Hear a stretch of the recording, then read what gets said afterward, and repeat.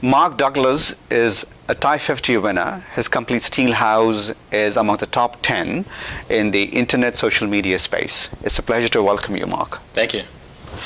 So, a serial entrepreneur, but you actually started way back in the 80s when Oracle still was a startup. Yeah, well, and you worked on the Oracle apps, you said. Yeah. So tell us a bit about that.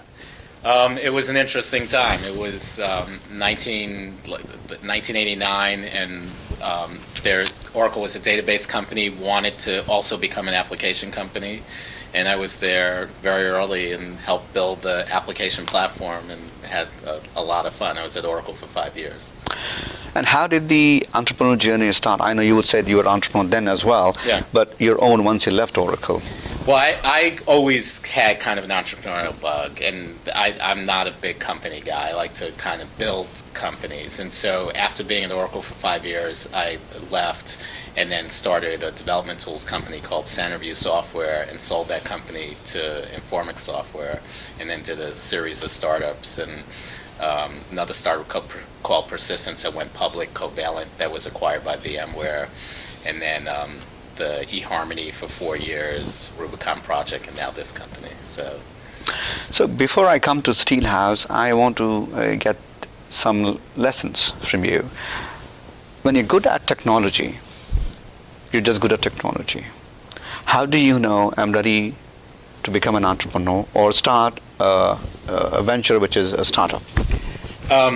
Well, you know, if you're an entrepreneur, I think you just have to have it in you. You just have to feel determined to invent things, to set your own path, to kind of lead and so forth.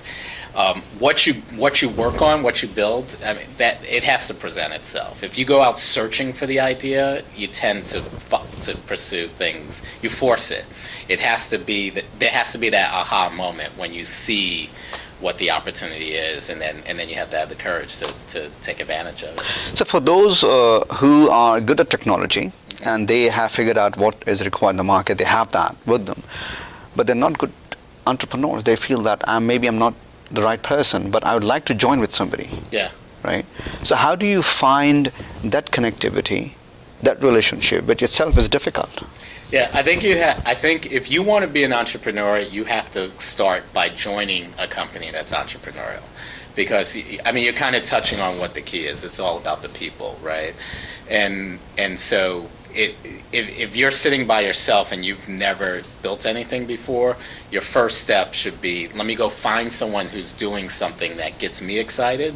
I'm going to try and join that organization. I'm going to learn there, and then when the time is right, I'm going to branch out and do it myself. And that's kind of what I did with Oracle. I joined Oracle when it was a fast-growing but entrepreneurial organization. I learned a lot, and then I was ready to kind of do it myself. So almost all entrepreneurs say they're not driven by money. Mm-hmm. It's the passion. And you're a very good example, because this is your probably fifth, right? Yeah, it's the fifth startup. Six, yeah. So when people want to understand the drive portion of it, right? I'm trying to educate the aspiring entrepreneurs here. Right. Because you can't get that off of textbook. Yeah. Nobody can just sit and tell you that. So how do you tap into that? Well, one I'll say is that I'm not sure all entrepreneurs are not driven by money. I mean, if they were, then they'd be happy to sell 99% of the company and just keep the 1% for themselves. So I think look, startups are created, one, because you're passionate about an idea, two, and you may not think about this explicitly, because you want to create wealth. And it's true. And it may be your lifestyle, you want freedom or whatever it is, but in this world it manifests itself through money. So I think that is a part of it. But you have to be passionate. I mean, it's the old thing that no matter what you do, if you just strive to be the best, then you'll figure out how to make money with it. And I think that's what any entrepreneur does. They figure, I'm passionate about this, I want to be the best at this, and then the revenue model, the business model, all that just kind of takes care of itself if it's the right market and it's the right product. So let's talk about Steelhouse. Mm-hmm. How did you get this idea? Where did you find the pain point? Well, Steelhouse is kind of an intersection. I was at eHarmony for about 4 years, and eHarmony was all about people and all about understanding personalities and matching, essentially.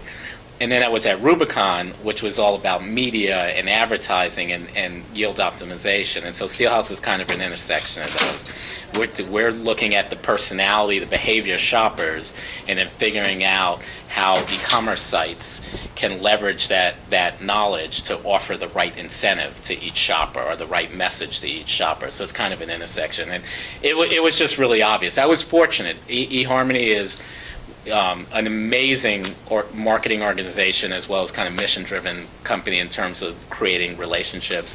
And so I got educated on the absolute best way to do marketing, and now kind of bringing that to the rest of the e-commerce market.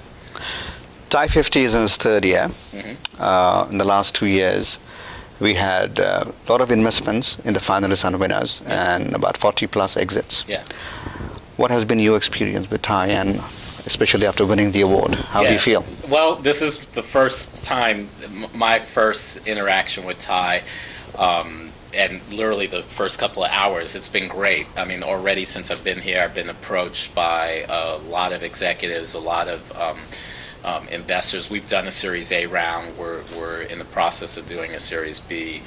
I think it's been awesome. It also lends a lot of credibility to us as a company to say we're a TiE50 award winner. I mean, already, trust me, my head of marketing is making sure everyone in the world or everyone that we want to communicate with is going to know that we won the award. So it's the credibility, it's the interacting with people, all the investors that are here and so forth.